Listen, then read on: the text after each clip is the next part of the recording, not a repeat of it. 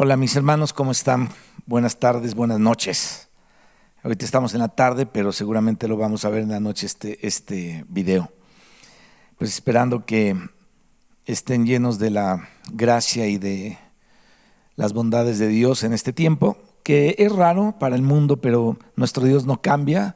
Los caminos del Señor son los mismos, solamente vamos a ubicarnos en la fe, que es la fe en los caminos de Dios, los caminos que Dios ya marcó para nosotros.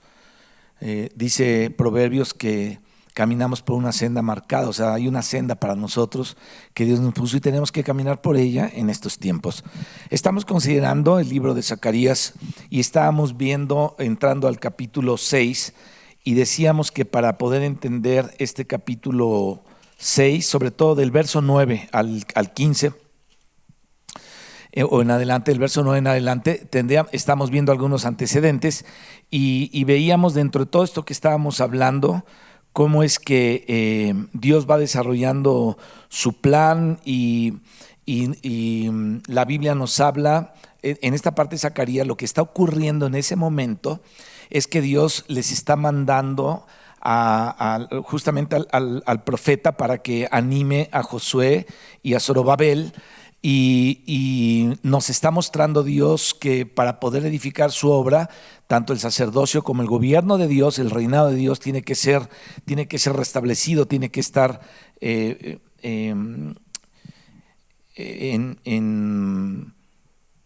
como conectado otra vez. Entonces dice el verso 8 del capítulo 3, porque estamos viendo para entender todo esto, este antecedente rápido, y entramos al 6:9. Escucha pues ahora, Josué, sumo sacerdote, tú y tus amigos que se sientan delante de ti. Vamos a orar, mis hermanos, y comenzamos con este versículo. Padre que estás en los cielos, en el nombre de Jesucristo queremos levantar en esta hora nuestras vidas delante de ti, Padre. Tú eres digno de ser alabado, Señor, y tú eres glorificado en tu Hijo a través de nosotros, Señor. Y te damos gracias porque tú nos glorificaste en la presencia de tu amado Hijo Jesús. Tu palabra dice, ya habéis sido justificados, ya habéis sido perdonados, ya habéis sido lavados, ya habéis sido glorificados. Oh Señor, qué gloria más grande que hayamos sido glorificados, y para poder andar en esta gloria tuya y como hijos glorificados tenemos que estar en Cristo, y estamos en Cristo, Señor. Gracias. Por eso podemos levantar, Señor, alabanza y adoración a tu nombre, porque tú eres digno, Señor. Bendito sea tu nombre, Padre, y ponemos en tus manos este tiempo, que tu Espíritu Santo, Señor, nos ayude a tener entendimiento de tu palabra, en el nombre de Jesús. Amén. Aleluya. Escucha pues ahora, Josué, sumo sacerdote, tú y tus amigos que se sientan delante de ti. Fíjense qué interesante. Él está rodeado en comunión con ellos, gobernando la casa de Dios, y ellos, como sus cooperadores o sus colaboradores y compañeros más cercanos, están ahí con él. Entonces, algo nos tiene que hablar todo esto, mis hermanos. Tiene que haber esta clase de gente en el reino, es decir, vencedores que cooperen con el Señor Jesucristo, vencedores que estén laborando para Dios verdaderamente, no en sus propias ideas. Insisto, esto lo voy a tener que remarcar porque hay mucho de esto y es fácil caer de repente en esto, no en sus propias ideas, no colaborando con Dios como ellos creen que deben colaborar, sino como Dios dice que debemos colaborar. Así es que hace falta que entendamos esto para ponerlo por obra. Dice, porque son varones simbólicos. Entonces, la versión en inglés se llama la King James, traducida a un idioma, lo dice con más claridad. Dice, varones simbólicos que representan eventos del futuro, dice esta versión, traducida a otro idioma. Otras traducciones dicen hombres de presagio. Ya hablamos de eso, ¿se acuerdan? Que es un presagio, algo que acontece ahora, pero que nos habla de algo futuro. Ese es un presagio. Entonces, quiero citarles un presagio que lo vimos la otra vez, en donde vino Saúl, agarró el manto de Samuel, ¿se acuerdan? Pero el manto de Samuel se rasgó y cuando se quiso agarrar del manto de Samuel, ese pedazo que se rasgó, o que agarró Saúl, que se rasgó del manto de Samuel, ese fue el evento justamente que sucedió en ese momento, Pero Samuel percibió lo que significaba para el futuro, es decir, eso hubo un presagio ahí de haber roto, de haber pasado lo que pasó ahí con Saúl. Entonces el Señor quita de ti el reino y se lo da a otro mejor que tú, que era obviamente David. Entonces aquel asunto que él quiso agarrar con su mano, el manto, y se agarró ahí fuertemente, se quedó solo con un pedazo, no con el manto, o sea, ya se le fue quitado el reino. Entonces fue un presagio de que realmente Dios cortaba el reino de Saúl y se lo entregaba a David. Entonces, ese es un presagio. Bueno, algunas versiones traducen que Josué y los amigos de él se sentaban delante de él, como lo acabamos de ver, eran varones de presagio o varones simbólicos que representan eventos del futuro. Por eso es que ellos son un presagio o son varones simbólicos. Josué y Zorobabel están representando también eventos, mis hermanos, del futuro. Es decir, del tiempo que nosotros estamos viviendo y del tiempo que viene ya pronto también.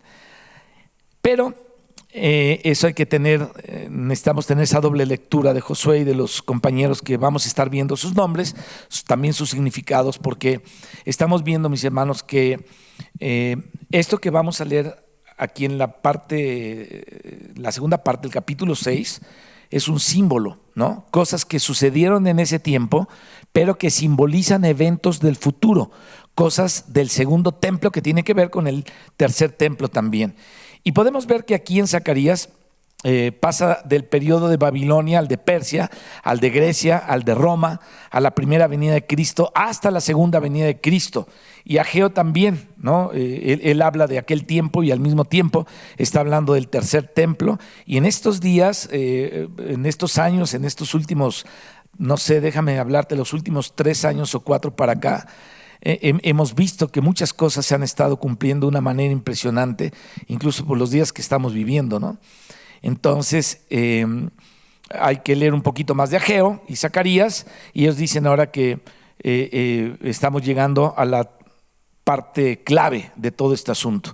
Entonces dice: he aquí yo traigo a mi siervo el renuevo.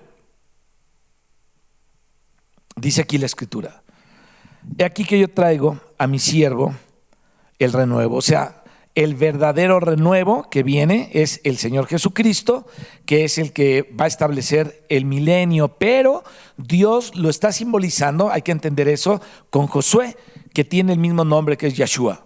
Entonces podemos darnos cuenta que en algunos libros de aquí de la Biblia, la misma Biblia le llama Jesúa, es Jesúa, no Yeshua, Jesúa, o le llama Josué, porque vienen del periodo, de distintos periodos de cuando se escribió esto del hebreo. Entonces debemos darnos cuenta que el hebreo va avanzando, y entonces también Jesúa se tornó Josué, y a veces Josué, Jesúa, Oseas tienen una misma raíz, incluso José, ¿no? Fíjate qué interesante: Josué, Jesúa, Oseas y José. Entonces seguimos acá para terminar esta lectura, verso 9. Porque he aquí, del capítulo 3, porque he aquí, y esta palabra interesante, la palabra ¿por qué? O ¿por qué? Yo traigo a mi siervo el renuevo, o sea, el que va a renovar todo. Y estos, mis hermanos, son justamente libros de restauración. Ahora, ¿por qué los trae? Dice: porque he aquí que aquella piedra que puse delante de Josué. Y ahí, mis hermanos, es Josué antiguo, el Jesúa, que tenía una piedra física, porque habla del templo físico. Pero la iglesia, finalmente entendemos ahora que la iglesia es la casa espiritual, y quiere decir que hay que esculpir esa piedra. En la iglesia debe formarse Cristo. Entonces Cristo tiene que ser formado en la iglesia. Eso está tipificado en la escultura de la piedra. Entonces dice acá: sobre esta única piedra hay 7 ojos. Déjame hablarte un poquito más de esto de esculpir a Cristo. Es importantísimo. Mira, a veces pensamos que todo ha sido muy fácil. Entregamos nuestra vida a Cristo, ya soy cristiano, ¿no? Estoy feliz porque soy de Cristo. Pero vienen pruebas, vienen situaciones sumamente difíciles, y te das cuenta que Cristo no ha sido formado tan fácilmente dentro de la vida del creyente nuevo, sino esta es una labor del tiempo. Y cómo es esculpida esa piedra? Necesita a la iglesia, necesita a los hermanos mayores que le ayuden a que Cristo sea formado, necesita de aquella experiencia de los que ya han caminado para que esta piedra sea esculpida, y obviamente la colaboración del mismo cristiano para que pueda llegar a ser, junto con la iglesia, esa casa espiritual. Entonces hay que esculpir esa piedra en la iglesia, también debe formarse Cristo, y Cristo tiene que ser formado en la iglesia, y eso está tipificado, insisto, en la escultura de la piedra. Y entonces dice acá, sobre esta única piedra hay 7 ojos, los 7 ojos de Yahvé, que, como ya lo vimos en Apocalipsis 5, son los ojos del Cordero de Dios, que es Cristo.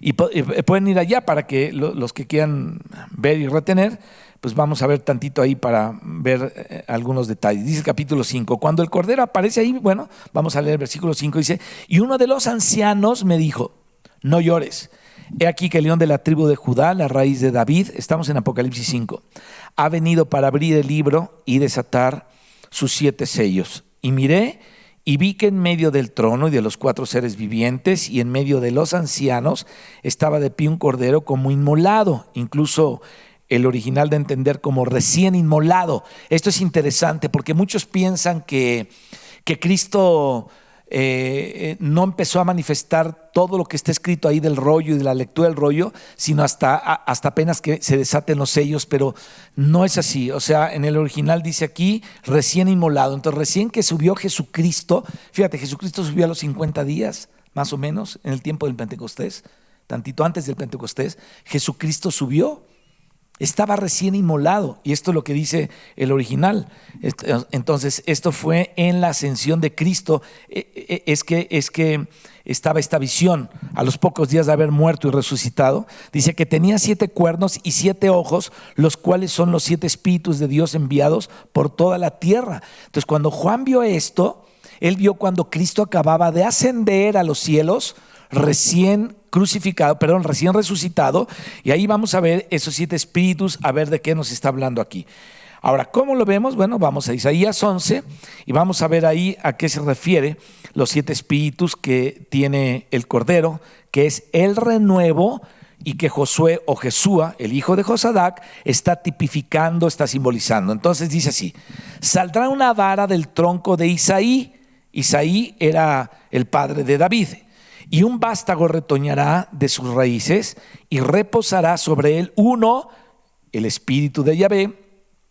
Eso es como decir la caña central del candelero, pero ahora empieza por la rama, los brazos del candelero, para hacer 7 espíritus arriba, las 7 lámparas del candelero. Espíritu de sabiduría, ahí va a reposar, ¿no? De inteligencia, espíritu de consejo, ese es el 4, de poder, espíritu de conocimiento, y de temor de Yahvé. Entonces ahí se ve el Espíritu de Dios en 7, es decir, los 7 Espíritus de Dios como las 7 candelas en el candelero llevado por 7 tubos, como lo estuvimos viendo en el capítulo 4. Y ahora obviamente vamos en el 6, en donde del depósito salía el aceite de oro que conducía por 7 tubos de ese aceite a las 7 lámparas del candelero. Ahora, ese aceite como oro, mis hermanos, ya lo hemos visto, es el Espíritu, gloria a su nombre. Pero el Espíritu tiene muchos aspectos, y por eso esa plenitud de los aspectos del Espíritu se le dice los 7 espíritus, que son 7 ojos. Esa es la plenitud de los aspectos del Espíritu Santo. Bendito Espíritu de Dios, aleluya. Bendito sea el Espíritu Santo de Dios que mora en nosotros, mora en su iglesia. Qué impresionante es esto. Entonces volvamos al capítulo 3 de Zacarías, estamos ahí en el verso 9, dice: porque aquí aquella piedra que puse delante de Josué, sobre esta única piedra, y aquí debemos darnos cuenta, única piedra, ¿por qué? Porque la casa de Dios es una sola. Acuérdense que en esos lugares de allá, como por ejemplo en Petra, se hacen las casas de piedra. O sea, está la roca y ellos van entrando en la roca y se hacen túneles, y entonces ahí hacen cuartos y todo de la misma roca, la misma piedra es en donde se hacen casas. Yo una vez vi un documental de cómo hay como entre unas piedras hasta ciudades allá adentro, con diferentes cuartos, y así es como lo hacía, ¿no? Entonces de la casa se hace, de la roca se hace esa casa, y aquí habla de lo que haría Josué, que es edificar la casa, y lo vamos a ver ahora aquí, que dice: sobre esta única piedra hay 7 ojos, he aquí yo grabaré su escultura, como dice Jesús, yo edificaré mi iglesia, dice Yahvé Sabaoth, y quitaré el pecado de la tierra en un día. Obviamente que ese día es como dice la Biblia, para el Señor un día es como 1000 años y 1000 años como un día. Entonces ese día en que Dios quitará el pecado de la tierra no es un día de 24 horas, sino es un milenio. ¿Te das cuenta? Es el milenio donde ya no va a haber pecado, donde va a haber la justicia, va a haber un reinado de equidad por parte de Dios, y está hablando del milenio. Entonces el Señor ya pagó en la cruz para que pueda haber el reino en el milenio. O sea, el precio que pagó Jesucristo equivale a poder estar en el reino en el milenio, y que este reino sea una realidad justamente en esos 1000 años.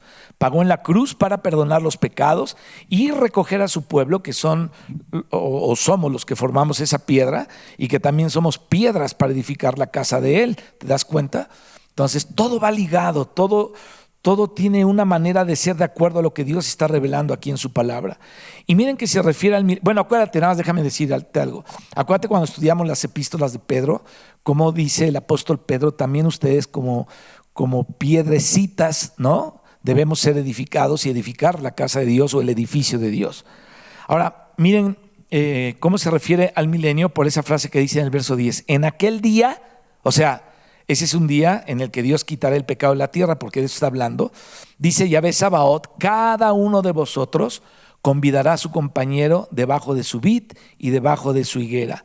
Entonces, esa es la manera como el Espíritu se refiere al milenio aquí en Zacarías.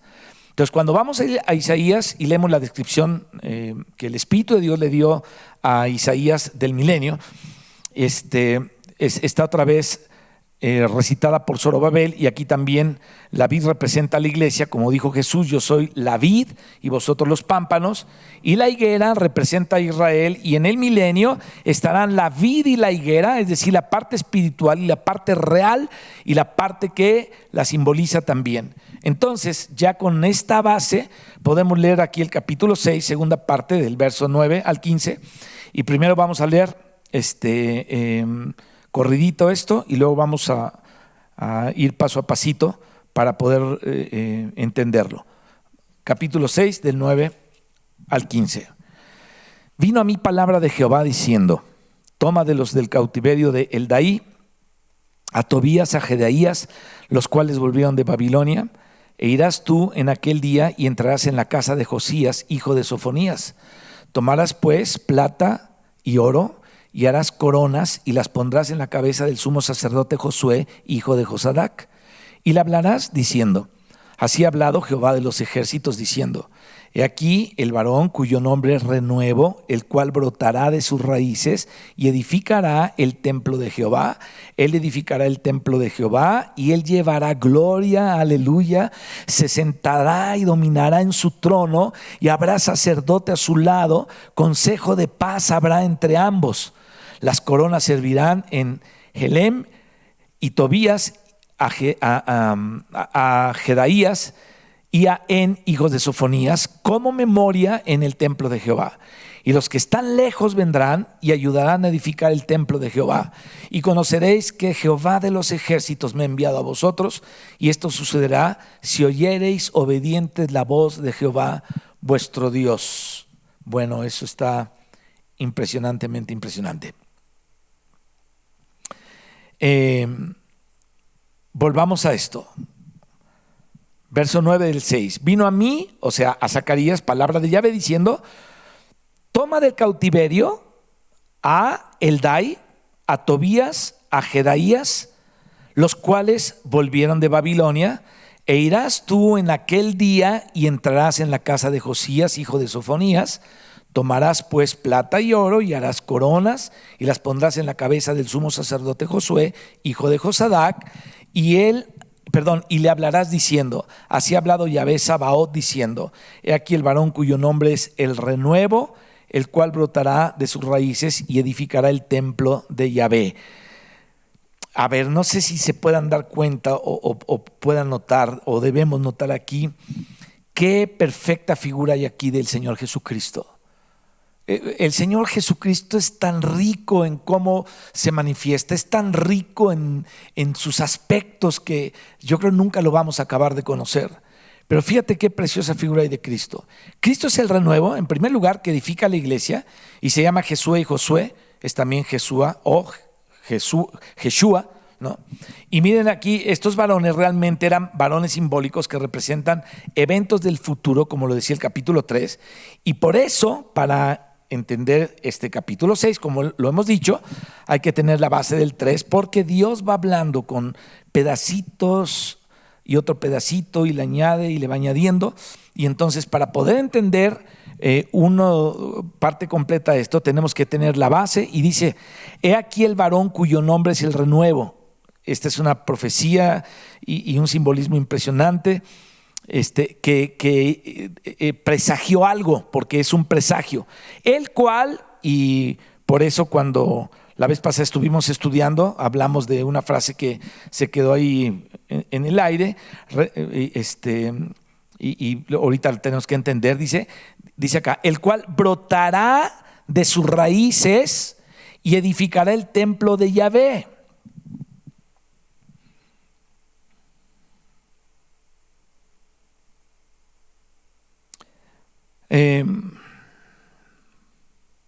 Aquí hay algo interesante en la genealogía de Cristo que aparece en varias partes del Nuevo Testamento.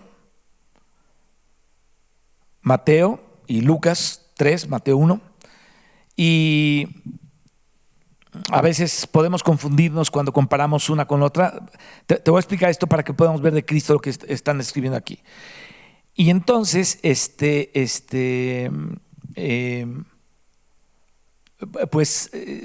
hemos hablado ya de la genealogía de Cristo, no me acuerdo si aquí he hablado o no, pero ya hemos hablado de esto.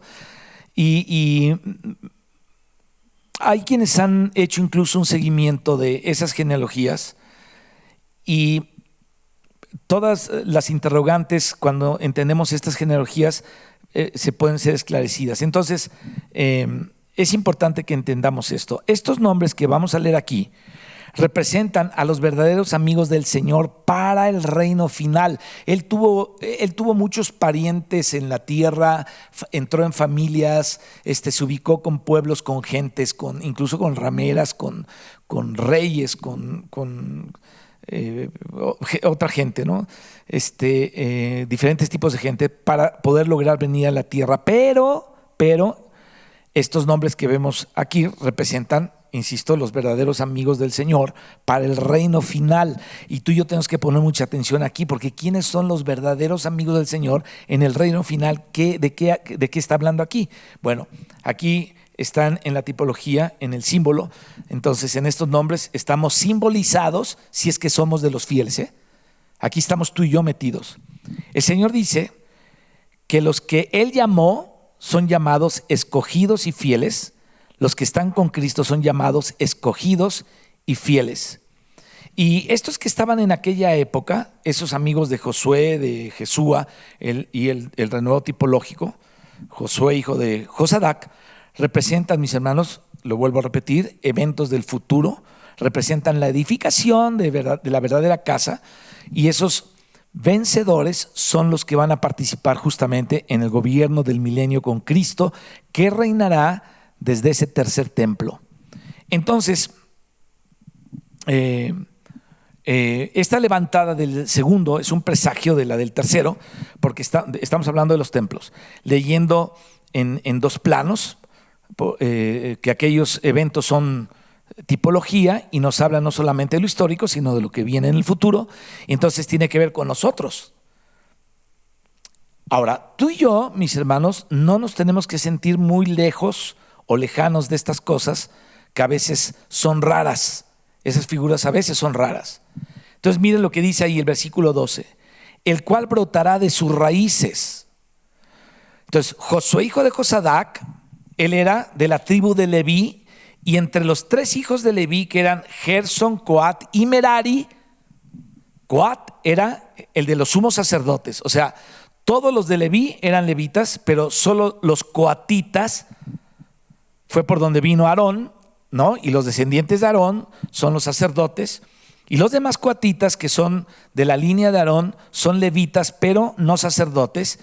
Y los de Gersón, o Gersón, como sea, y de Merari, son levitas, pero no sacerdotes. Y cada uno de ellos se les encargaba algo. El sacerdote tenía un encargo, el levita tenía otro encargo. Y ahora aquí dice que de las raíces de Josué, hijo de Josadac, brotará este que edificará la casa de Dios. Entonces, acuérdense que dice la escritura, y lo pueden ver ahí en Lucas, donde también aparece otro Zacarías, muy interesante.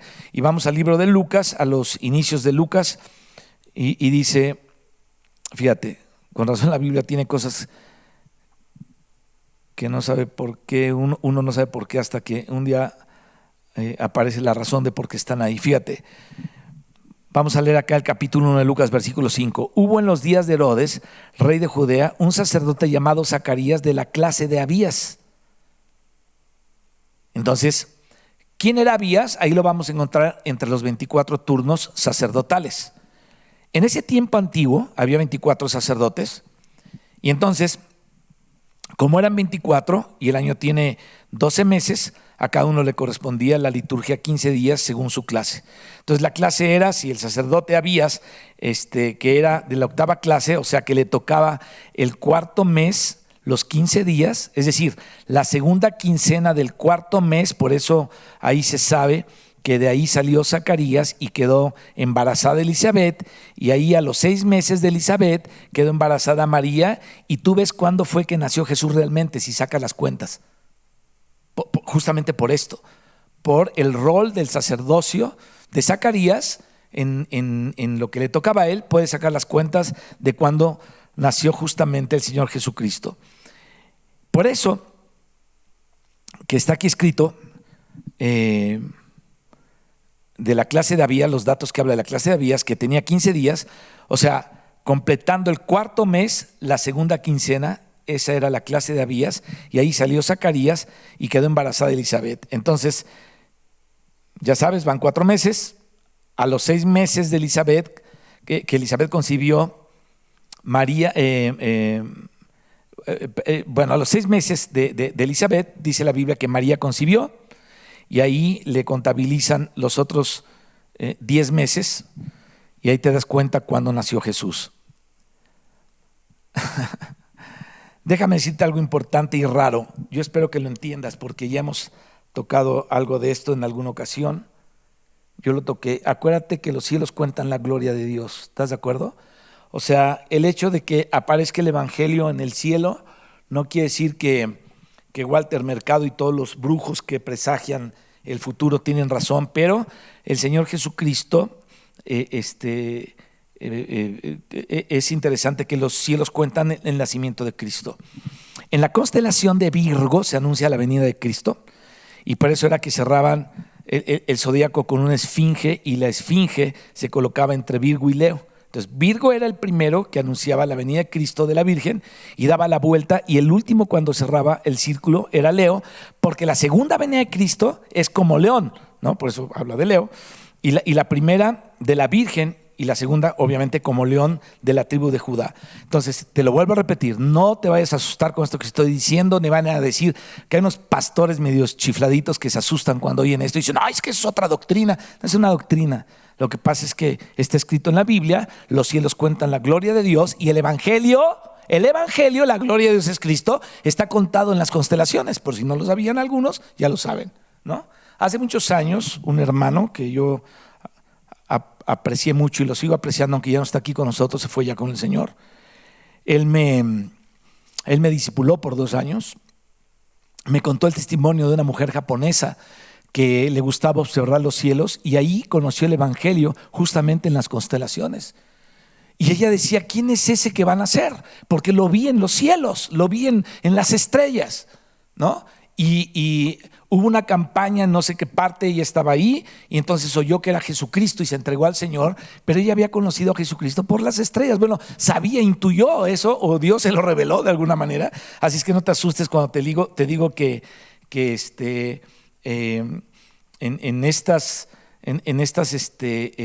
constelaciones hay una esfinge que se colocaba entre Virgo y Leo, y Virgo el primero anunciaba la venida de Cristo de la Virgen y daba la vuelta al último cuando cerraba el círculo, y era Leo porque la segunda venida de Cristo es como león, la primera de la Virgen y la segunda como león. Él es el león de la tribu de Judá. Entonces todos esos son símbolos, y ahí tú ves que ahí fue cuando nació Jesús, porque dice que un día emite palabra al otro día. Eso dice la profecía, esa es una profecía. Entonces, un día emite palabra al otro día, anuncia la venida de una virgen, y entonces ahí nace Cristo después de ese anuncio. Pero ahora va a volver como león, la segunda venida. La pregunta entonces, ¿qué es una esfinge? Bueno, mitad virgen y mitad león, ¿se dan cuenta?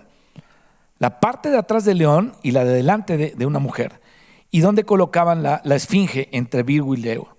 Como dice, que los cielos anuncian, insisto, la gloria de Dios y la obra de las manos de Dios, o de la mano de Dios, o de sus manos, no los horóscopos de Babilonia, que son los que los brujos hablan, no esas porquerías, sino la obra de Dios y la gloria de Dios. Entonces aquí viene el detalle de Abías. Fíjate, su mujer era de las hijas de Aarón. Entonces la mujer de Zacarías era sacerdote de la línea de Aarón, y Elizabeth era de las hijas de Aarón. Pero luego hay un versículo aquí mismo cuando dice que María era pariente de Elizabeth.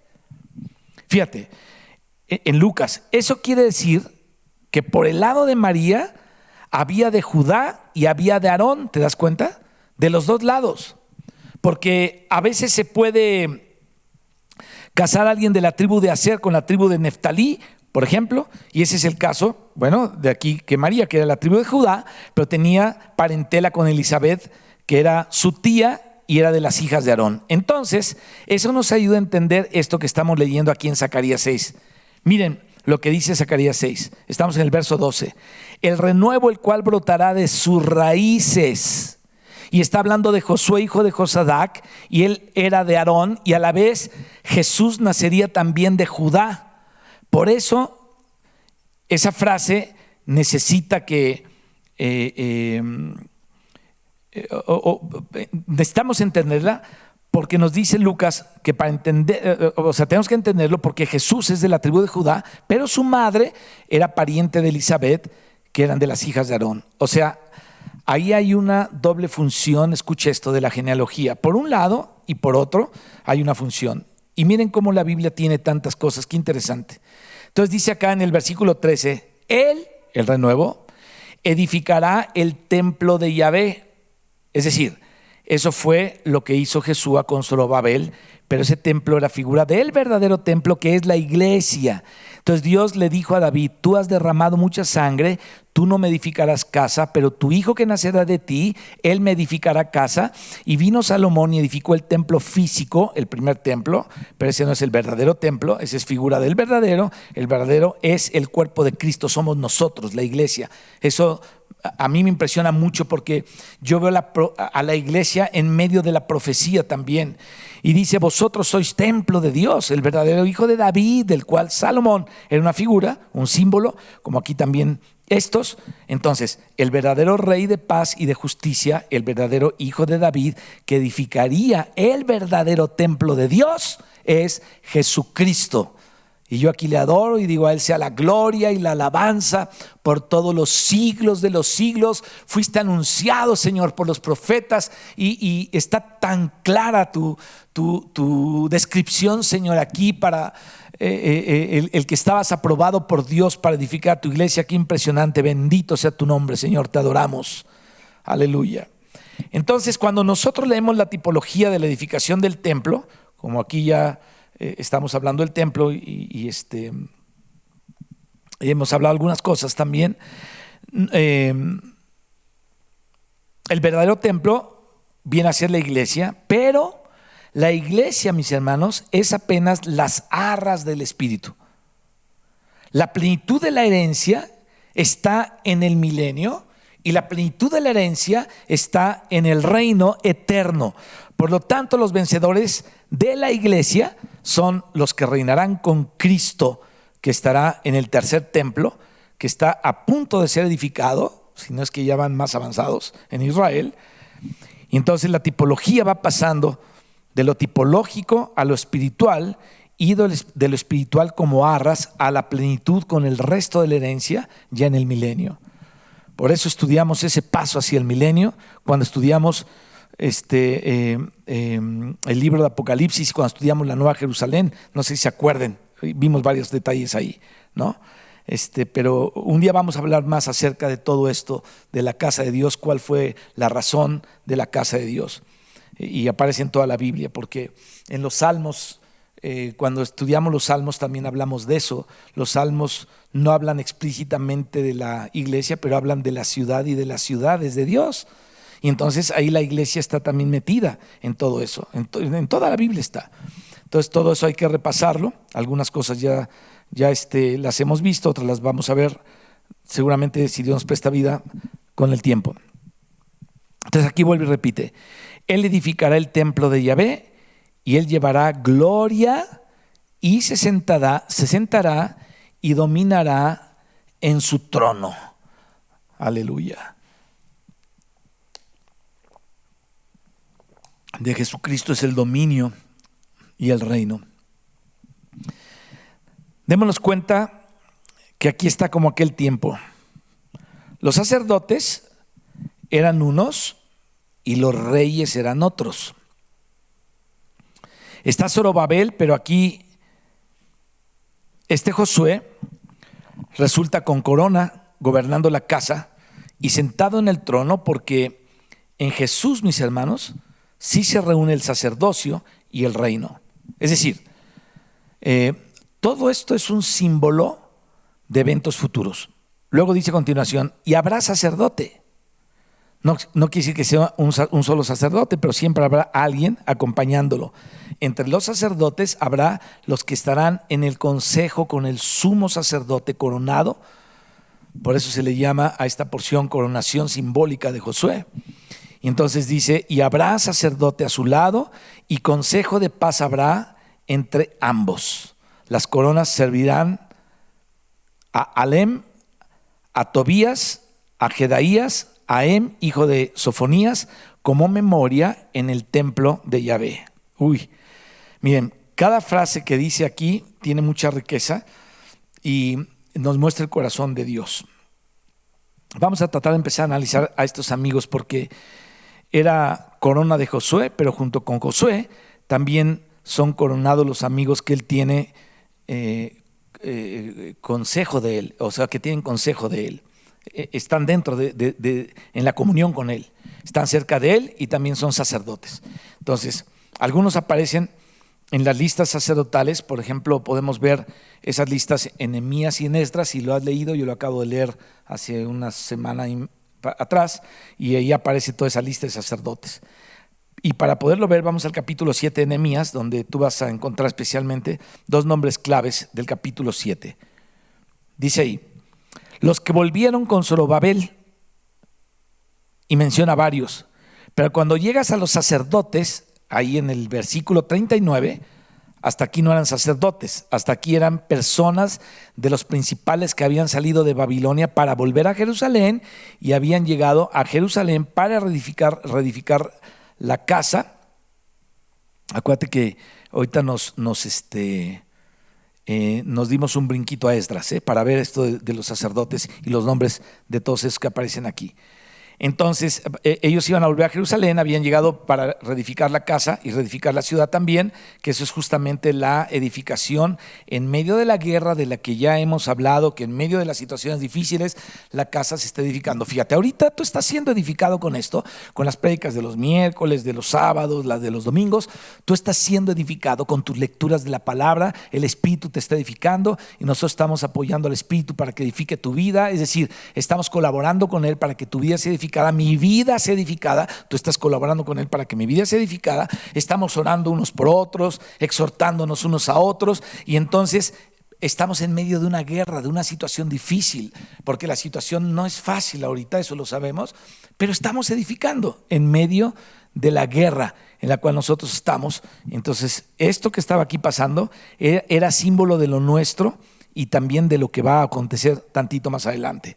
Entonces, en el 39 dice: sacerdotes, dice ahí, Y miren el primero que menciona: los hijos de Jedaías de la casa de Jesúa, 973. O sea que este Jedaías era de la casa de Jesúa, uno de los que está cerca ahí, y había muchos otros sacerdotes de esa línea. Dice aquí 973. Pero ¿cuál era seguramente el jefe de la casa? Es decir, el anciano de todos ellos. Bueno, era este Jesúa, que es aquel Jesúa que está viviendo, pero Jedaías era de la casa de Jesúa, es decir, era un pariente cercano. De todas maneras, todos los sacerdotes eran parientes, porque venían de la misma línea, pero entre tantas clases, la de Abías era una. Por ejemplo, eran 24 clases, era toda la tribu, no de Leví, sino de Aarón, que era, una parte de la de Leví, y era Aarón, y una parte de la de Leví. Entonces aquí aparece este principal. Y vamos a analizar aquí estos varones. Lo dice aquí el capítulo 3, que son simbólicos o son presagios. El propio Jesúa, con el mismo nombre de Jesús, está rodeado delante de él. Él está entre ellos, como decir, él es el centro de ellos, el que preside, él es el sumo sacerdote, pero él no tiene otros con él. Entonces, se sentará conmigo también en mi casa y también gobernará. Y Jesús dijo: el que venciere se sentará conmigo en mi trono, así como yo he vencido y me he sentado con mi Padre en su trono. Y dice que nos hizo reyes y sacerdotes, o reino de sacerdotes, que es una traducción más exacta. Nos hizo reino de sacerdotes. Entonces, los nombres son muy significativos. Empecemos por el de Jesúa, que significa Yahvé es el Salvador. Eso es lo que significa Jesúa o Jesús. Jehová o Yahvé es el Salvador. Es la principal función. Ahora, ¿a quién está representando este Jesúa antiguo? Bueno, al Jesús moderno, vamos a llamarlo así, ¿no? Al eterno, no solamente moderno, sino al Jesús eterno. Pero entonces decía en el capítulo 3, que fue lo que vimos, que estos son sus amigos que se sientan con él y que son varones simbólicos, o sea, son los compañeros, son los vencedores, compañeros de Cristo, los que se sentarán ahí cerquita con él. Ay, hermanos, yo cuando veo esto, la verdad te lo confieso, yo me siento indigno, totalmente indigno de ser alguien de nada, solamente por la gracia de Dios. Pero la pregunta es, ¿quiénes son los que van a estar cerca de él en aquel consejo? Qué interesante va a ser eso. Seguramente va a haber muchos de los hermanos fieles, entregados, metidos en las cosas del Señor. No va a ser la multitud los que van a estar ahí. Son aquellos que son sus compañeros, los vencedores, los compañeros de Cristo, compañeros de Cristo. Acuérdense, mis hermanos, que en aquella política extraña que había de Salomé, representando ahí a sus hijos Juan y Jacobo, le dijo: Señor, que en tu reino estos se sienten a tu derecha y a tu izquierda, ¿no? ¿Y qué dijo Jesús? Pues dijo que no era así. Dice: no es mío darlo, sino para quien está preparado de parte de mi Padre. Entonces aquí aparecen unos amigos cercanos a Josué que se sientan con él y le dice: también tú gobernarás mi casa. O sea, ellos gobernarán juntos, pero él presidirá. Es decir, el renuevo, Josué, Cristo es el que va a presidir. Ellos iban a sentar junto a Josué, pero Josué iba a presidir porque él era el varón simbólico y el renuevo simbólico. Entonces, veamos aquí los tres primeros que menciona. A Eldai, a Tobías y a Jedaías, los cuales volvieron de Babilonia. Esta palabra Eldai significa perdurable. Qué interesante que los nombren, ¿no?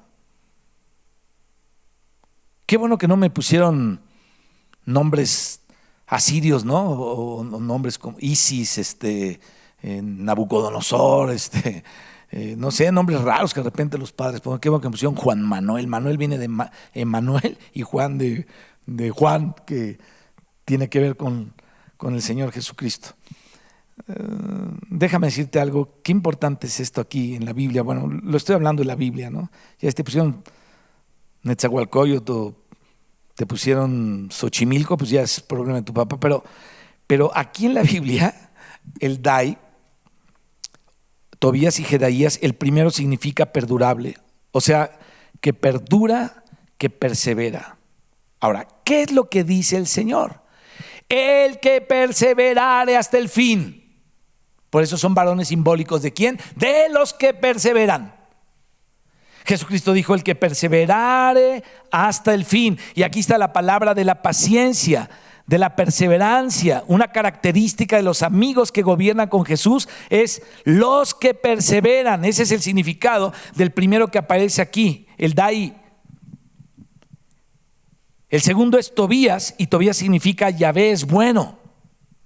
Entonces, la bondad de Dios, perseverar y perseverar en la bondad de Dios, recibir la bondad de Dios para también ser bondadosos, para también ser benignos. Eso es lo que caracteriza, mis hermanos, a los que están ahí cerca con el Señor, en el Consejo Supremo. Jesús habló de ese consejo. No son déspotas, no son gentes creídas, no son gentes que se creen más santas que los demás, no son aquellos que creen que tienen en sus manos la vida de otros. No. Son los que perseveran en la bondad de Dios, los que son bondadosos. Ahí están cerca del Señor, en el Consejo Supremo.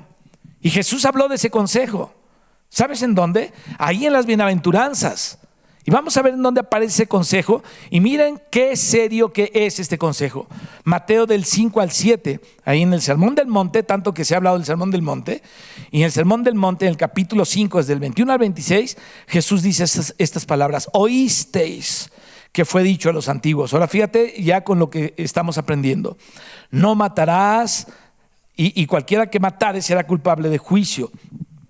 Pero yo os digo que cualquiera que se enoje contra su hermano será culpable de juicio. O sea, que tiene que entrar en un juicio, es decir, va a ser juzgado. Y cualquiera que diga necio a su hermano será culpable ante el concilio. Esa es la palabra sinedrio, de donde viene la palabra Sanedrín, que quiere decir que va a haber un juicio y habrá un concilio que juzgue. Y ahí aparece Josué con sus amigos que se sientan delante de él y que tienen consejos, ¿se dan cuenta? Para que el Señor, así como el Padre le delegó al Señor Jesucristo el juicio, porque dice que le delegó el juicio al Hijo, el Hijo se lo delega también a la iglesia.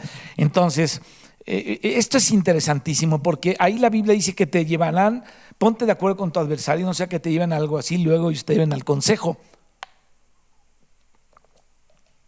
No, yo una vez le preguntaba a un pastor: ¿y qué es esto del consejo? Pues a las autoridades. Él decía que la policía, el sheriff, el alguacil, el marshal. No, es el consejo de Dios, es los que están ahí, el consejo del Señor. Este consejo está en el cielo, son los ancianos que están en el cielo también.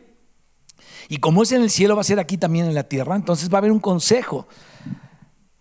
En Daniel, antes, aparece el padre con la cabellera blanca de magistrado de justicia, pero luego en el capítulo 1 de Apocalipsis, ahora es el hijo el que recibe esa cabellera blanca, sus cabellos blancos como la nieve. ¿Por qué? Porque dice: el padre a nadie juzga, sino todo el juicio dio al hijo. Entonces el hijo juzga ahora en el nombre del Padre, según lo que nos dice aquí la Escritura, y también en comunión con el Padre. Y Jesucristo dijo: mi juicio es justo, porque no soy yo solo, sino con mi Padre. Qué precioso es esto.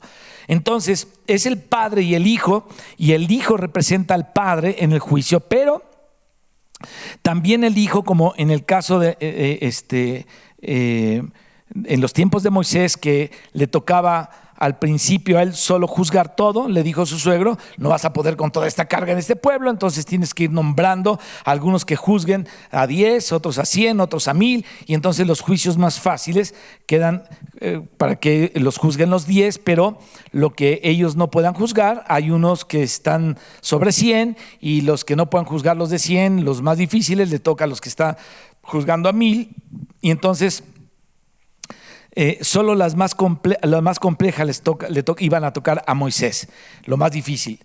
Y así también Jesús es el que juzga en el nombre del Padre y con el Padre, pero el Padre a través del Hijo. Y ahora el Hijo dice por el Espíritu, y enseña a Pablo: ¿no sabéis que los santos han de juzgar al mundo, a los ángeles y aún a los ángeles caídos? Híjole, eso está tremendo. O sea, los santos vencedores van a pertenecer al consejo de juicio de los juicios de Dios. Entonces, esto quiere decir que tú y yo, la iglesia, estamos en una facultad de aprender a juzgar, mi hermano. Qué tremendo, qué tremendo.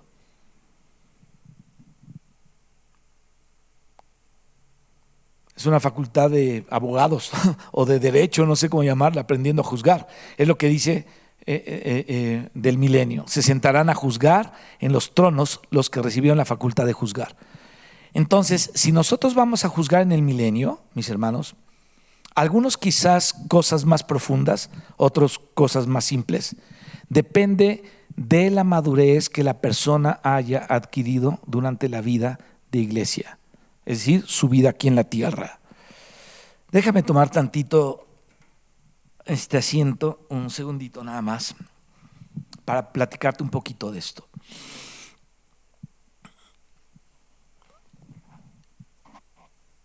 Yo sé que no nos sentimos dignos muchas veces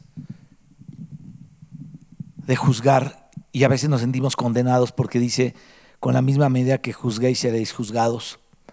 Y así como quieran que los hombres hagan contigo, tú también haz con ellos. Y mira primero la viga de tu ojo y luego ve la paja, quita la paja de tu hermano. O sea, si hay manera de quitar la pajita del ojo del hermano cuando tú miras tu viga, ¿no? Pero ciertamente el apóstol Pablo por el Espíritu dijo: el espiritual juzga todas las cosas, y él no es juzgado de nadie. Entonces ahí hay un juego de palabras y de frases que el Señor Jesucristo habló, que el Espíritu fue liberando un poquito en el tiempo de los hechos, cuando los apóstoles empezaron a levantar iglesias. Por ejemplo, la iglesia de los Corintios, que tenían problemas, iban ante los magistrados de la corte del gobierno de la tierra para meterse a juicio unos con otros. Y dice Pablo: ¿qué no hay entre ustedes un entendido, alguien maduro que pueda juzgar una situación entre ustedes? ¿Tienen que ir a la corte a levantar querellas ahí?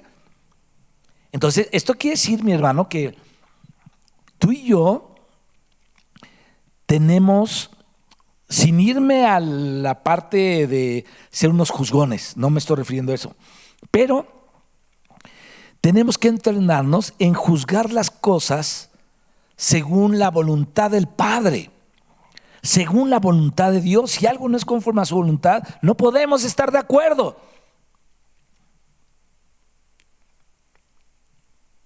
Algunas personas me han dicho, cuando estoy viendo una prédica, me dicen: mira hoy lo que está diciendo aquí, y yo no estoy de acuerdo.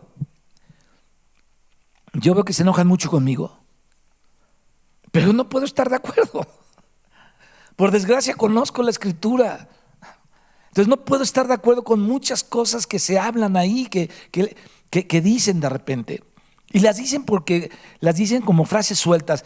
Hay un peligro con los que predicamos, hermanos, que de repente podemos hablar de más. Yo estoy tratando de ajustarme lo más posible a la Escritura.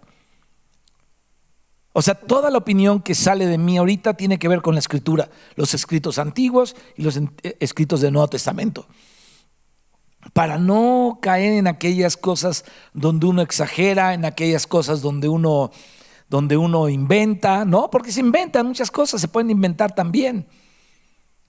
Pero no tenemos que inventar nada. Aleluya. Ahí está todo escrito. Entonces, sí tenemos la facultad, la capacidad, mis hermanos, en el Señor, de ir aprendiendo a juzgar situaciones. Esto no es de Dios, no conviene. Esto no viene del Señor, no lo recibo. Y a algunos se les hace muy bueno cosas que hablan y que dicen, ¿no?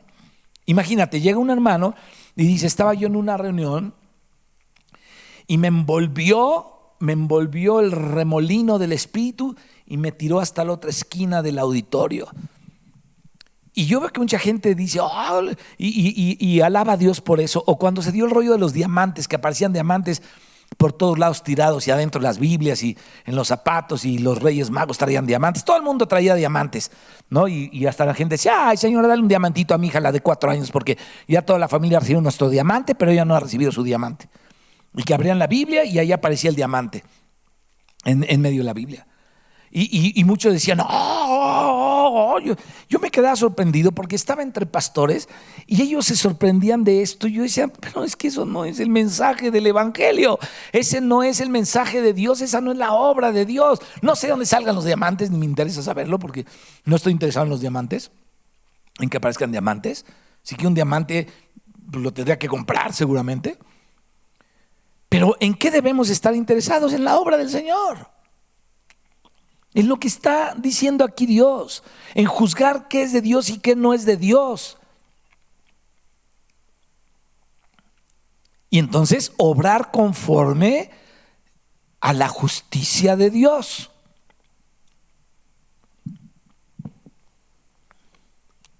Que me disculpen todos los que no estoy de acuerdo con ellos en muchas cosas, pero solamente puedo estar de acuerdo con los que están en lo que la Escritura habla correctamente. Algunos me dirán, porque siempre sale ese rollo, como somos tan mundanos, es que tú eres perfecto. Yo no soy perfecto, soy el más imperfecto de todos. Pero la verdad, cuando oigo algo que está fuera de la Escritura, pues no. Y cuando quiero que estén seguros las personas que dicen algo, les hago un cuestionamiento, ¿no? Por ejemplo, dicen, aquí dice tanto y que no sé qué, entonces te dicen la teoría, entonces yo les cuestiono con algo para ver si lo captaron bien, y si responden bien, digo, si lo entendió, si está entendido en su corazón, y si no lo responde bien, bueno, pues entonces ya los ubicamos en lo que yo pueda, en lo que yo entiendo de lo que dice la Escritura, o lo que discerní que no está correcto. Ahora, vemos que aquí en el milenio nosotros vamos a juzgar. Te decía hace ratito, quizás algunas cosas más profundas, otros unas cosas más simples, pero depende de la madurez que hayamos adquirido durante la vida de la iglesia, es decir, de tu vida en la tierra. Entonces, los 12 apóstoles, dice la Biblia, fíjate, ellos van a juzgar a las 12 tribus de Israel. Los 12 apóstoles, de eso hablamos, ¿te acuerdas? Cuando estudiamos el Apocalipsis. Cada apóstol va a juzgar una tribu de Israel. Pero nosotros vamos a juzgar a las personas seguramente que nos oyeron, que oyeron nuestro testimonio, no sé, en nuestra colonia, ahí en el barrio donde vives, en nuestra ciudad, donde haya llegado el testimonio. Bueno, nos va a tocar juzgar a nosotros. ¿Sabes quién juzgó a Pablo? Nerón. Nerón juzgó a Pablo y lo mandó decapitar. Y ahora va a ser al revés. Pablo, ya con su cabecita nueva, perdón, ya con su cabeza nueva, porque va a estar completo, va a juzgar a Nerón. Perdón, su cabecita nueva. Ay, Dios.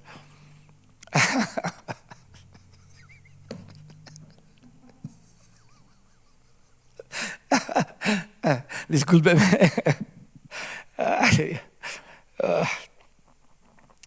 La cosa es que Pablo va a juzgar a Nerón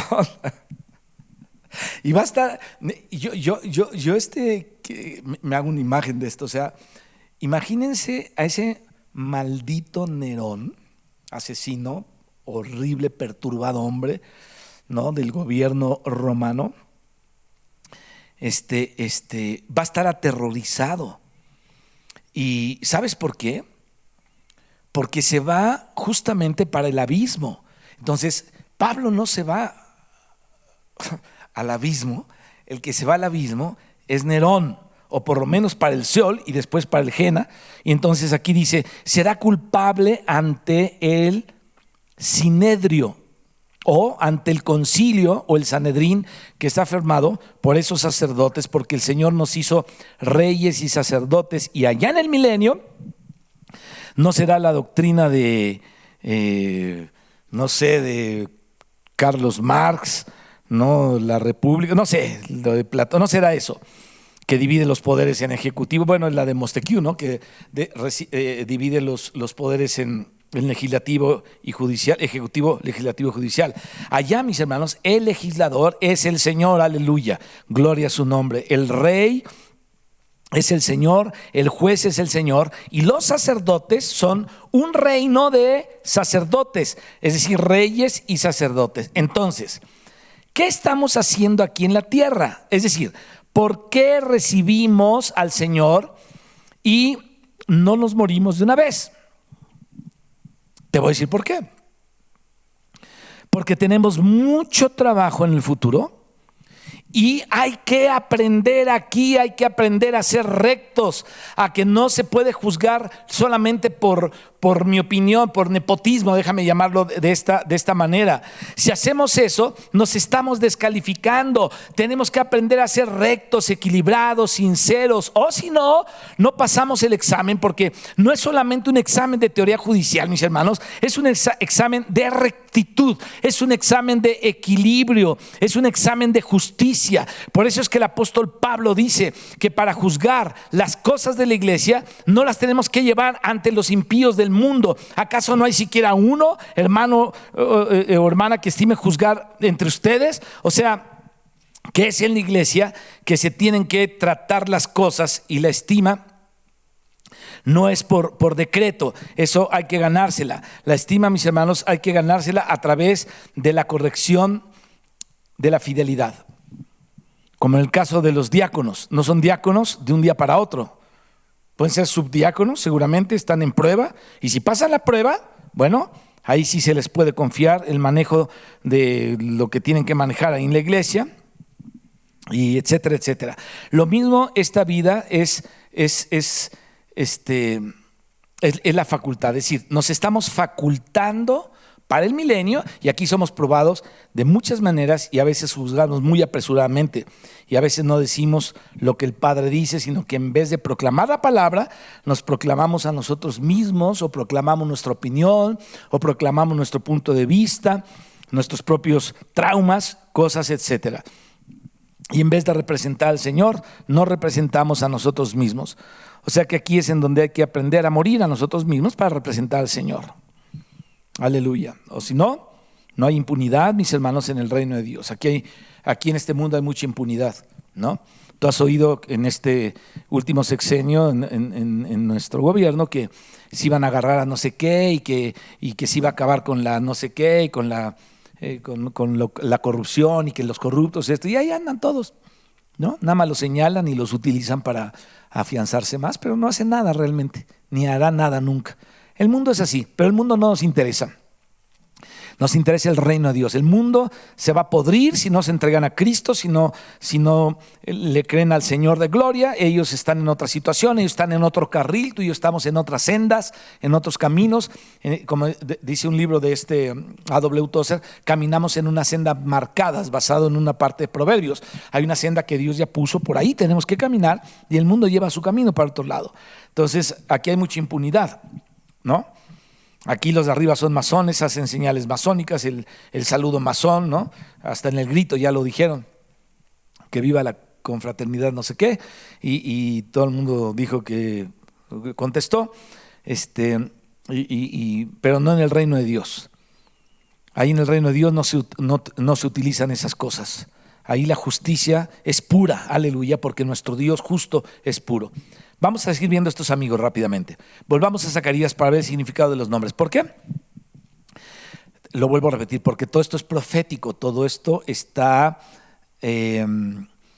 diciéndonos algo que va a suceder, es simbólico. Entonces estos nombres representan requisitos. Ya vimos las primeras ahorita hablamos de esto, la fidelidad, la bondad, donde vamos a estar delante del Señor, los que van a estar cerca del Señor Jesucristo. Entonces, estos nombres representan esos requisitos, ojalá lo pudieras apuntar, esa calidad de sacerdotes para estar cerca de Él, porque Él dice que estar cerca de Él es estar cerca del fuego. Entonces, los dos primeros son perdurable, o sea, que perdura, que persevera, que tiene paciencia, longanimidad, y Tobías, que es la bondad de Dios. Entonces, es perseverancia y benignidad o bondad. Y luego viene la palabra Jedaías, que es una palabra que significa Yahvé conoce y alaba. Oh, esto está grueso.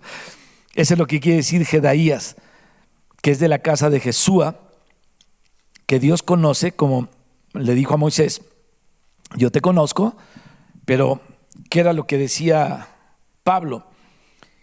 Y Pablo lee el Antiguo Testamento y en las palabras del apóstol Pablo vemos aquí el reflejo de las palabras antiguas, porque Pablo nombra muchísimo el Antiguo Testamento. El Espíritu de Dios utilizó a Pablo para describir el Nuevo Testamento, descifrarlo, abrirlo, el misterio de Dios, ¿no? Entonces vemos aquí la resonancia de esas palabras antiguas y dice, no es el que se alaba a sí mismo, sino al que Dios alaba, porque nosotros juzgamos por las apariencias, nosotros no conocemos la realidad, mis hermanos, lo íntimo. Nosotros somos muchas veces apresurados, pero el Señor no, el Señor conoce y Él es el que alaba, como también es el que reprende. Entonces no debemos recibir alabanzas unos de otros, debemos recibir alabanza del Señor. Sí tenemos que recibir honra, porque hay hermanos que ya por su edad, ya por su tiempo en Dios, merecen honra por su fidelidad a Dios. Pero finalmente el Señor es el que conoce y Él es el que alaba, como también el que reprende. Ahora, esta es una de las tareas sacerdotales también. O sea, el sacerdote, ¿cómo motivamos a la gente? Bueno, de esta manera. El sumo sacerdote estaba entre los candeleros.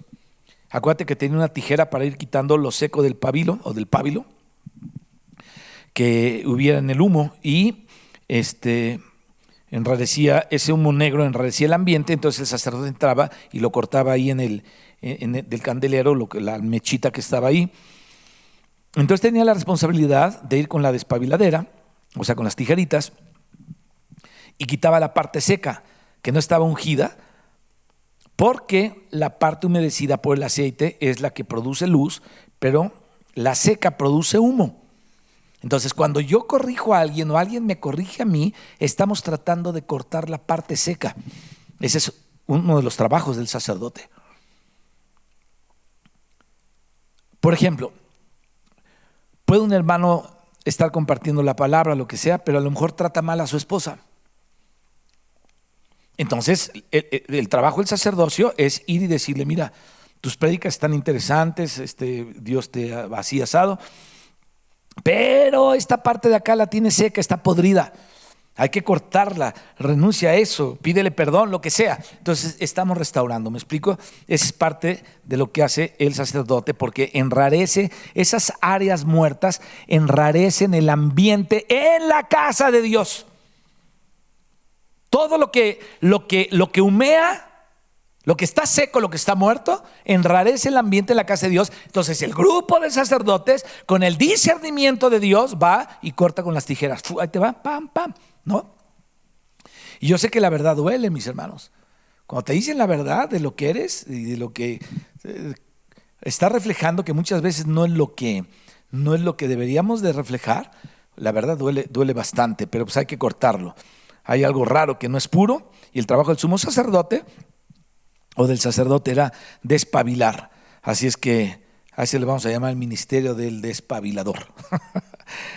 No quitar el pabilo, sino solamente el pedacito seco, no todo el pabilo, ¿no?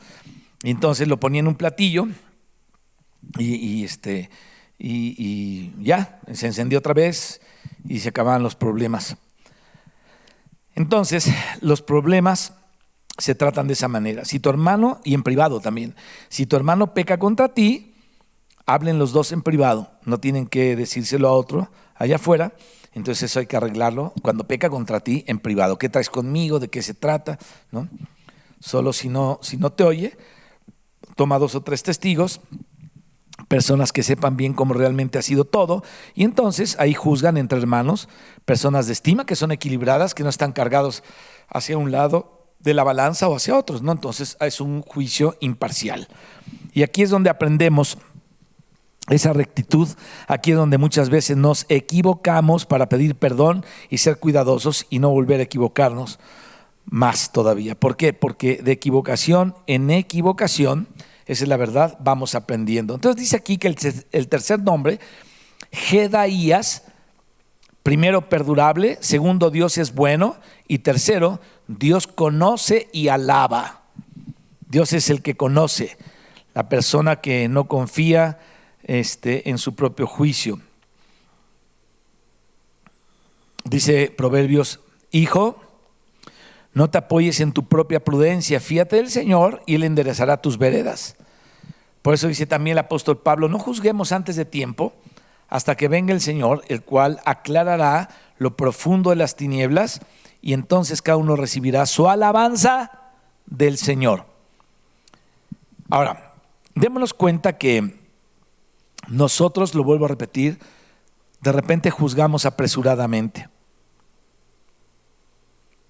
Entonces, dice el Señor, ¿por qué quieres sacar la paja del ojo de tu hermano y tu viga está ahí? Entonces, ocúpate primero de sacar la viga de tu propio ojo para poder ver bien y ayudar a sacar la pajita de tu hermano. Luego dice, ¿quién es tú que juzgas al criado ajeno? Para su propio Señor está de pie o cae, pero aún si cae, poderoso es el Señor para hacerle estar en pie. Démonos cuenta que las personas, el apóstol Pablo dice esto, y es delicado, y Dios nos guarde de cualquier pretensión con esto, pero dice Pablo con palabras muy claras, porque dice, a los que Él predestinó y llamó, es porque primero los conoció, dice Pablo. ¿Sabes qué dice Pablo? Escucha esto. Híjole, aquí se me hace un nudo en la garganta. Dice Pablo, me tuvo por fiel poniéndome en el ministerio. Híjole, a veces uno se siente tan indigno, pero el Señor llamó a Pablo y lo puso en el ministerio. O sea, que el Señor llama a las personas que Él conoce. Eso está tremendo. Ay, Señor, cuánto Él nos conoce, pero conociéndonos nos puso en el ministerio. Entonces Dios conoce mejor que nosotros. Dios conoce toda nuestra intimidad. Dios conoce la realidad del centro de nuestra intimidad, no la apariencia. En eso tenemos que ser muy cuidadosos. No juzguéis nada antes de tiempo hasta que venga el Señor. Pero estamos ahorita en esa facultad. Estamos aprendiendo a juzgar y tenemos que juzgar como el Señor mismo decía, no yo, sino mi Padre. Pero el Padre se lo dejó al Hijo, pero no abandona al Hijo y el Hijo no abandona al Padre y en todo que se dice aquí en Isaías, fíjate, no juzgará por la vista de sus ojos, ni arguirá por lo que oigan sus oídos. A veces nosotros oímos ya algo que alguien dice y entonces recibimos todo sin haber oído la contraparte. No tenemos la visión completa, la realidad de las cosas. Pero el propio Hijo de Dios, o de Él, se dice que Él no iba a juzgar por la vista de sus ojos. O sea, Él no confía en lo que ve, porque uno no puede ver todo, menos lo que uno oye. Dice, no arguirá por lo que oigan sus oídos. ¿Qué hace? Va a preguntarle a Dios, va a esperar en Dios, y ahí es Dios en un momento el que va a esclarecer las cosas. Y la Biblia, mis hermanos, dice que algunos que son injustos son tratados como justos y los justos como injustos o como impíos. De Pablo decían que él era una peste y de Herodes decían que era un dios.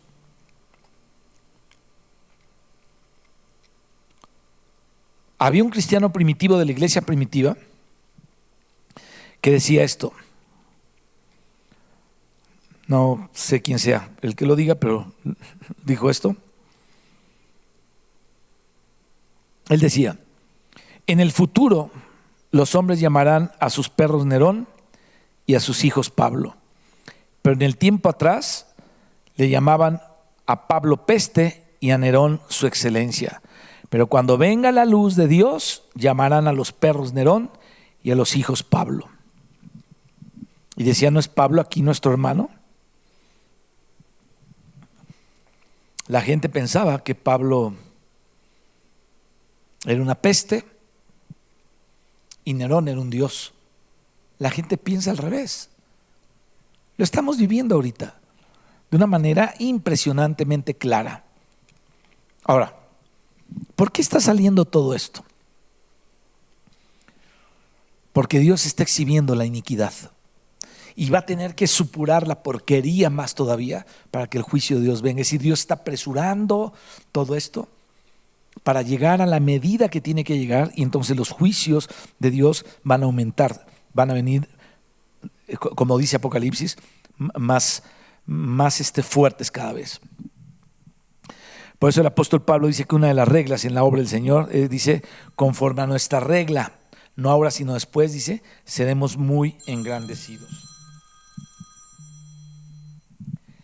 Estoy compartiendo, ahorita termino. Entonces, perdón, tuve que decirle así porque si no me van a volver a hablar. No ahora sino después seremos muy engrandecidos.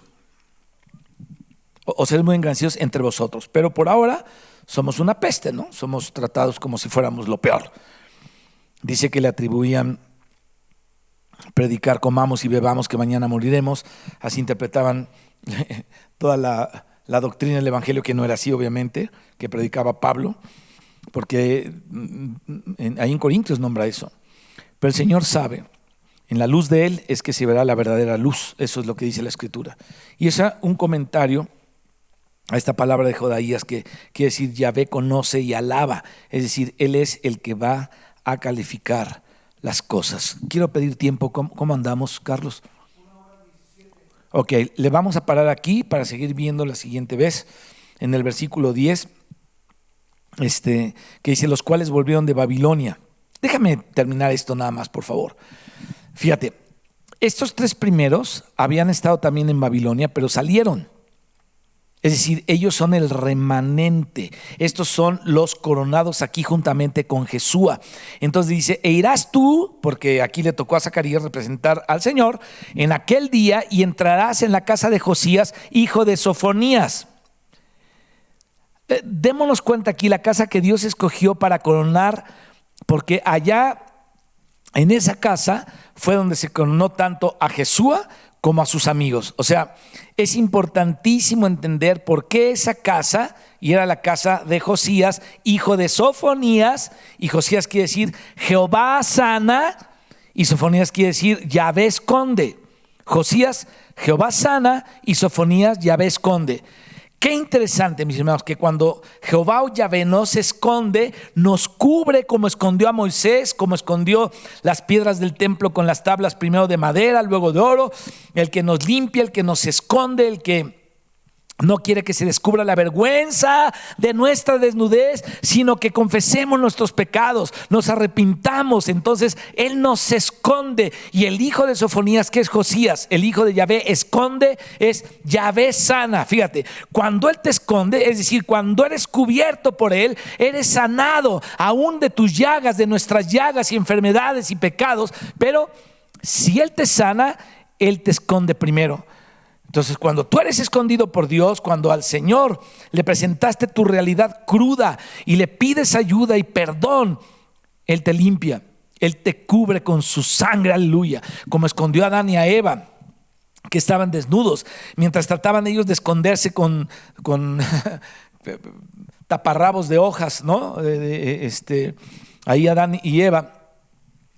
Pero para Dios seguían desnudos, ¿no? Tenía Dios que cubrirlos y esconderlos con aquel animalito que fue crucificado y le puso esa piel a ellos, no la justicia propia, sino la justicia que es de Dios por medio de la fe, para que Él sea justo y Él justifique al que es de la fe de Jesús, como dice Pablo en Romanos 3. Entonces, fíjate que el hijo de Sefonías es Yahvé sana.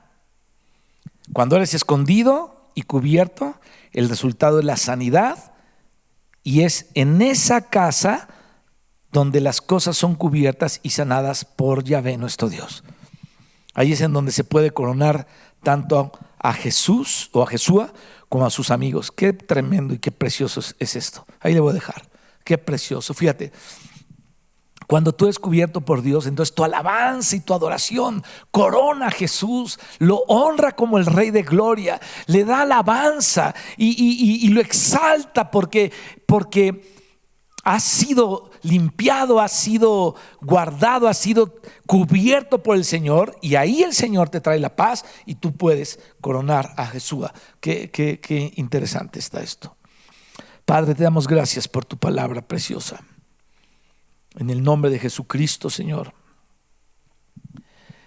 cuánto agradecemos tus bondades y tu misericordia tan profunda que has tenido para con nosotros y con lo que nos estás hablando en tu palabra, Señor. Gracias, Padre, por que tú has puesto el perseverar en nuestro espíritu, y tú has puesto, Señor, tu bondad también en nuestro corazón y en nuestro espíritu. Y quieres, Señor, que estemos cubiertos por ti para poder coronar al Señor Jesucristo, porque hemos sido sanados, limpiados, perdonados, cubiertos. Aleluya.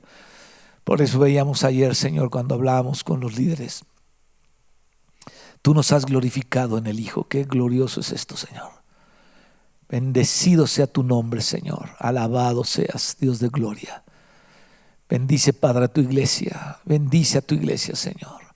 Yo te ruego, Señor, en el nombre de Jesucristo, que tu paz, tu espíritu de sabiduría, tu espíritu, Señor, de perseverancia, Señor, esté en cada uno de mis hermanos para gloria de tu nombre, y que tu iglesia sea preparada. Ven pronto, Señor Jesús.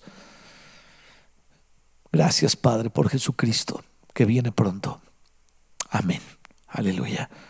Dios les bendiga, mis hermanos. Nos estamos hablando el siguiente domingo. Esperemos que ya pronto nos podamos reunir acá otra vez. Bendiciones.